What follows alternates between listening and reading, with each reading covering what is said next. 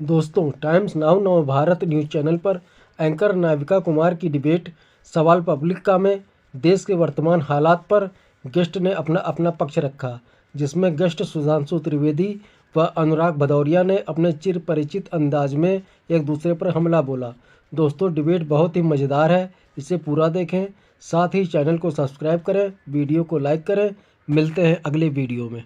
आज माफिया कहता मुझे यूपी नहीं जाना, मुख्तार अंसारी कहता मुझे पंजाब में रहना जहां कांग्रेस की सरकार है। पंजाब की जेल मुझे कबूल है, मगर यूपी में मुझे नहीं रहना है। आपकी सरकार के जमाने में यूपी में कट्टे बनने की बात आती थी, आज इंटरमीडिएट रेंज बैलिस्टिक मिसाइल बन रही है। ऐश्वर्या राय जी पर राहुल गांधी जो कह रहे हैं उस पर आपने भी चुप्पी बनाई है। मैंने ऐश्वर्या राय जी की बात इसलिए की क्योंकि संदेश खाली तो दूर है ना, आपके गांव से थोड़ा दूर है, तो शायद आपको वहां की आवाज महिलाओं की नहीं पहुंच रही होगी। राहुल गांधी जी वैसे तो मदर ऑफ डेमोक्रेसी को क्वेश्चन कर रहे हैं, वैसे तो आपकी पार्टी हर उस मुद्दे पर सवाल उठाती है जिस मुद्दे पर उन्हें लगता है कि वो बीजेपी को घेर सकती है। आज आदिवासी महिलाओं को जो सिर्फ संदेश खाली नहीं, आज झुप खाली में भी हुआ है ये विद्रोह, उसके बारे में आप कुछ नहीं कह रहे, बस मुस्कुरा रहे हैं। अनुराग भदौरिया जी, महिलाओं के शोषण पर मुस्कुराहट। मुझे आज सुधांशु जी के जो नृत्य कर रहे हैं ना, जो हाथ का नृत्य, और इतनी तेज उनको गुस्सा आ रही है। संदेश खाली में जो हुआ है गलत है, डंके की चोट पे कह रहा हूं, लेकिन जब महिला पहलवान के साथ जब अन्याय हो रहा था तो आप पूंछ दबा के भाग रहे थे, डिबेट में भी आने से कतरा रहे थे। तब कहां चला गया था ये महिलाओं के साथ प्रति सम्मान? जब हाथरस की बेटी के साथ अन्याय हो रहा था तब कहां थे आप? तब ये नृत्य क्यों नहीं हो रहा था? ये हाथ क्यों नहीं फटकार रहे थे आप? जब उन्नाव की बेटी के साथ अन्याय हुआ तब क्या हो गया था आपको? तब यहाँ बीएचयू में बच्ची के साथ अन्याय हुआ तब क्या हो गया था आपको? क्या हो गया था जब जिस तरह की लगातार महिलाओं के साथ अन्याय होता रहा, चुपचाप आप सहते रहे, देखते रहे? आज बड़ी गुस्सा आ रही है, इसीलिए आपको दो लाइन सुना दे रहा हूं आपके गुस्सा में जो सरकार में हो रहा है। एक दादी मां पे सुना है आपने? पीएम आवास की आस लगाए दादी मां, घूसखोरों के सामने हुई लाचार।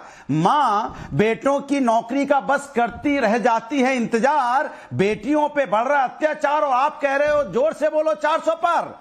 जो चंडीगढ़ में 8 वोटों के लालच में कर रहे नियम तार तार, वो दावा कर रहे हैं 400 पार। हद कर दी है ना मेरे यार, फिर भी कह रहे हो 400 पार। भाईचारे के इमोशन पे हुआ अत्याचार, समाज में बढ़ रहा भ्रष्टाचार, किसान पे हो रहा आंसू गैस का बार, नैतिकता हो रही शर्मसार, और सुधांशु जी कह रहे हैं जोर से बोलो 400 पार। रुपए पे डॉलर हुआ सवार, आतंकवाद ने कर दी हद पार, काला धन वापस नहीं आया मेरे यार। सुधांशु जी फिर भी कह रहे जोर से बोलो 400 पार। अरे सुधांशु जी जरा इतना तो सोच लो, अस्पतालों में स्ट्रेचर तक मिलना हुआ दुश्वार, गरीबों पर है भूख की मार, पढ़ाई दवाई हुई महंगी मेरे यार, फिर भी आप कह रहे जोर से बोलो 400 पार। छुट्टा जानवर चर गए खेत, सांडों ने रास्ते पे किया चलना नागवार, देश का हुआ बंटाधार, फिर भी ये कह रहे हैं जोर से बोलो 400 पार। अरे मैंने तो सब बता दिया, आप परिवारवाद की बात कर रहे थे, आप भ्रष्टाचार की बात कर रहे थे, तो आप सुन लो मेरी बात। आप तो अपना दल तो आपके साथ ही उत्तर प्रदेश में है, परिवारवाद से नहीं आता है क्या? आप बताइए, निषाद पार्टी तो आपके साथ ही है, आपके साथ क्या परिवारवाद से नहीं आती है क्या? ये राजतंत्र तो है, चौटाला फैमिली का राजतंत्र तो अपने साथ लेके चल रहे हो आप, सिंधिया फैमिली को लेके राजतंत्र तो है, आप एनसीपी को लेके आए हो, अजीत पवार गुट को राजतंत्र तो है, शिवसेना को लेके आए राजतंत्र तो है, आप चिराग पासवान को लेके चल रहे हो, राजतंत्र नहीं है क्या?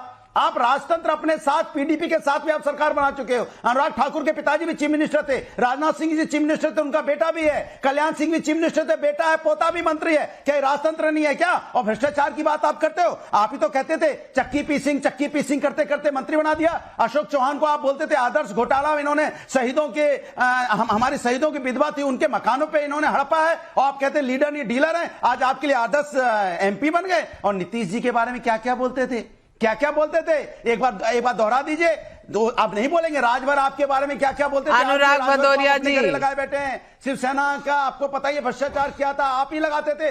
शिवसेना पे भ्रष्टाचार क्या क्या नहीं बोलते थे आप, और आज शिवसेना आपके लिए सदाचारी हो गई। तो आप भ्रष्टाचारियों को भी अपने साथ ले रहे हो, आप जो अनुराग भदौरिया जी अपने साथ ले रहे हो, सवाल परिवारवादियों को भी अपने साथ ले रहे हो, नफरत की राजनीति भी फैला रहे हो, सिर्फ सत्ता पाने के लिए ना, और किसके लिए?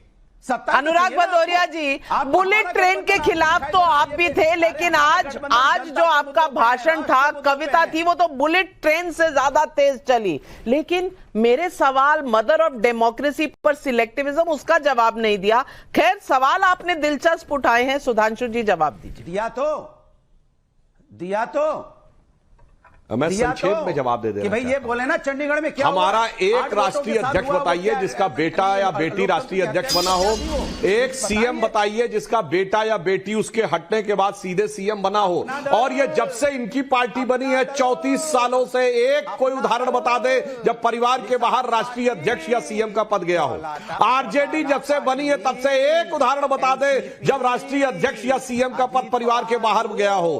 कांग्रेस जब से बनी है बता दीजिए जब सत्ता का सूत्र उसके बाहर गया हो। डीएमके जब से बनी है तो बता दीजिए कब बाहर गया हो। हवा में नहीं बोला मान्यवर, परिवारवाद और परिवार में यह समझ होना चाहिए। और मैं आपको बताना चाहता हूं, जो आप पर्चा पढ़ रहे थे ना, ये पर्चा लगता अपने जमाने का पढ़ रहे थे, इसीलिए बीच में डिस्टर्ब करना पड़ता है, क्योंकि फैक्ट सुनने की आदत आपको नहीं है। क्योंकि हम इसलिए कह रहे हैं कि 400 पार। अब मेरी बात सुनिए, अब देखिए लगातार भाई क्या तरीका लगातार बोल रहे हैं भाई, क्या तरीका है अपने बोलने के बाद ये नॉन स्टॉप बोलते हैं। अनुराग भदौरिया जी,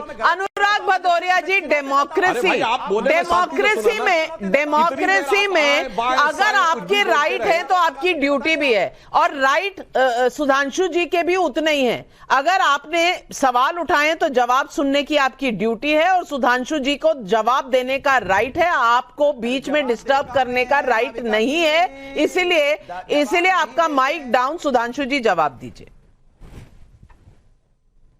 आप सुनिए, मैं बताता हूं इनके जमाने में उत्तर प्रदेश कहां था और आज हमारे जमाने में कहां पहुंचा हुआ है।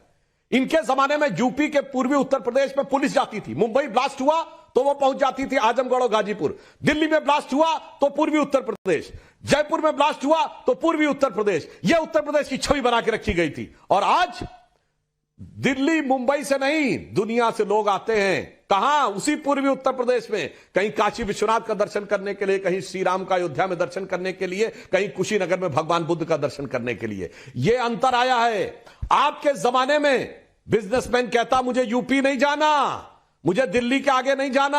आज माफिया कहता मुझे यूपी नहीं जाना। मुख्तार अंसारी कहता मुझे पंजाब में रहना जहां कांग्रेस की सरकार है। पंजाब की जेल मुझे कबूल है, मगर यूपी में मुझे नहीं रहना है। आपकी सरकार के जमाने में यूपी में कट्टे बनने की बात आती थी। आज इंटरमीडिएट रेंज बैलिस्टिक मिसाइल बन रही है जो कि एक्सपोर्ट होने भी जा रही है। और फिलीपींस पहला देश है जो एक्सपोर्ट होने के लिए आ रहा है। 7 नए एयरपोर्ट बने हैं जनाब, पूर्वांचल एक्सप्रेसवे और वेस्टर्न एक्सप्रेसवे। अगर आप देखें तो जितने प्रकार के एक्सप्रेस बने हैं और 1 ट्रिलियन इकोनॉमी बनने की तरफ जा रहा है। इतना तो खाली उत्तर प्रदेश में हुआ। और बात समझिए, महिलाओं के प्रति अपराध में कन्विक्शन रेट में उत्तर प्रदेश 76% पे है, जो नेशनल एवरेज से दूना है। और भाई डॉलर के पार की आप बात कर रहे हैं मेरे भाई, आपको पता है कि अमेरिका की ग्रोथ रेट क्या है? ये कागज से मत पढ़िए, ये पता होना चाहिए। ना पता हो तो बताता हूं, 1.9%। ये नंबर 1 की इकोनॉमी है दुनिया की। नंबर 2 की है चीन, 3.5%। अब आओ मेरे भाई, तीसरे नंबर पे अब हो गई है जर्मनी, 0.9%। चौथे नंबर पे ब्रिटेन, -0.6%। 5वें पे हम हैं, अभी बोल रहा हूं, सॉरी तीसरे पे, चौथे पे आ गया है वो जापान, -0.9%। छठे पे है ब्रिटेन, -0.6%। और भारत है 6.5%। और कुछ के अनुसार 7.2%। इसलिए 400 पार, क्योंकि G7 और G20 में भारत सबसे ऊपर है, इसलिए 400 पार। 25 करोड़ लोगों को हमने गरीबी से बाहर निकाला, इसलिए 400 पार। और आप कह रहे हैं आतंकवाद तार, अरे क्या बच्चों जैसी बात कर रहे हैं आप। तो वो सरकार है जिसने फैजाबाद, लखनऊ और वाराणसी की अदालतों में आतंकवाद के आरोपियों से केस विड्रॉ किए थे। शर्म आनी चाहिए थी। आतंकवाद के आरोपियों से केस विड्रॉ किए, हाई कोर्ट के हस्तक्षेप के बाद उसे रुकना पड़ा था। और कहां धमाकों से तार नहीं था। दिल्ली, मुंबई, चेन्नई, गुवाहाटी, नागपुर, जयपुर, बताइए कौन सा इलाका था जहां बम के धमाके नहीं होते थे? आज वो सीमित होकर दक्षिण कश्मीर के 4 जिलों में है, इसलिए 400 पार। एक जमाने में कोई आता था घुस के मार के चला जाता था, इंडिया सॉफ्ट स्टेट है। आज इंडिया जाता है घुस के मारता है, बालाकोट से लेके सर्जिकल स्ट्राइक तक, इसलिए 400 पार। और आपके जमाने में रामलला टेंट में ही नहीं थे, 2005 में आतंकवादी हमला हुआ था, वो तो भगवान का शुक्र था, रामलला की कृपा थी कि जो मूर्तियां रखी थी उसके नीचे का बम फटा नहीं। और आज रामलला भव्य मंदिर में विराजमान है, वो भी एक तपस्वी प्रधानमंत्री के द्वारा, इसलिए 400 पार।